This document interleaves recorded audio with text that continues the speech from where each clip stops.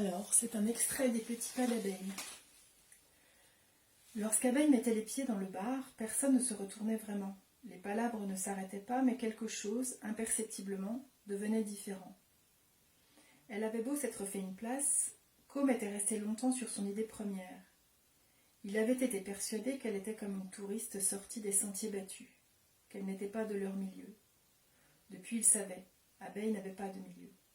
Un centre de gravité, ça oui, situé quelque part, là, entre son ventre et ses reins, qu'elle mettait en équilibre perché sur des talons aiguilles.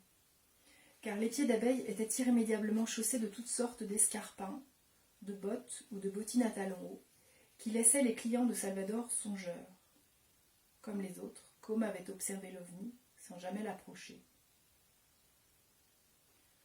Un soir où les nombreux clients étaient abasourdis par le dernier Johnny Hallyday, que Salvador avait tenu à faire découvrir à chaque paire d'oreilles, consentante ou non, elle s'était plantée devant lui, sans un mot.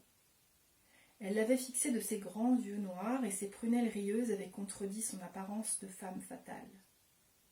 Elle est perchée. Voilà ce qu'avait pensé Com. Intimidé, il s'était concentré sur le singulier visage pour ne pas baisser le regard. Et ce qui avait été d'abord un exercice de contrôle de soi avait fini par devenir une occupation plaisante. Comprendre cette petite frange déstructurée, adolescente, et émettre l'hypothèse qu'elle partageait avantageusement un front trop grand.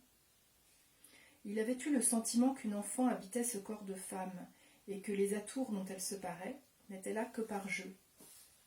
« Bonsoir » avait-elle finalement lancé. « Je m'appelle Abeille. Nous sommes plus ou moins des fidèles du lieu, il me semble.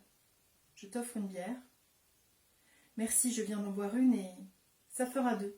2 demi, s'il vous plaît. » Abeille. Elle l'avait tutoyé tout de suite. Sa voix était étrangement profonde, presque grave. Elle détachait les mots les uns des autres, comme s'ils sortaient de manière solide, comme s'il lui fallait accueillir chacun d'eux sur sa langue, le savourer, le sucer même, avant de le laisser sortir de sa bouche rouge.